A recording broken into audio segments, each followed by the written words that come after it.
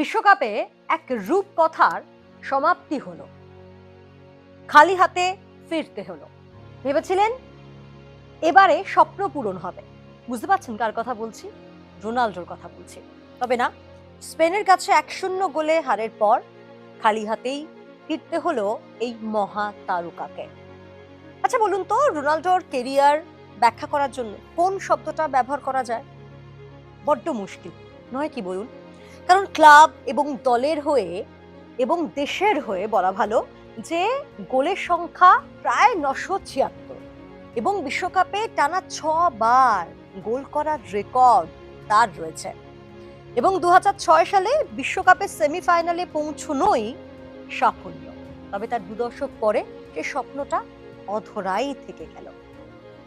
তবে এই বিদায় বেলায় বিতর্কও কিন্তু কম হচ্ছে না। তার কারণ কি? তার কারণ ধারাভাষ্যর এক মন্তব্য।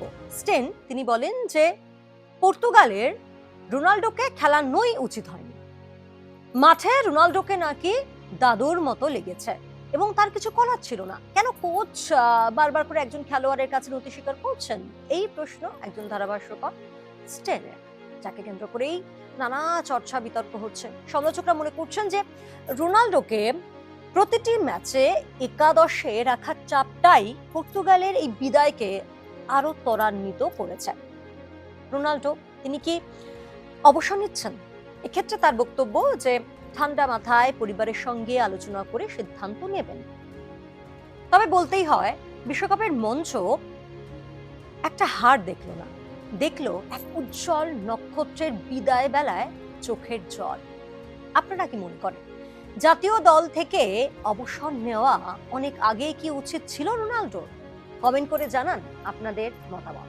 আর দেখতে থাকুন জি 24 ঘন্টা ডিজিটাল।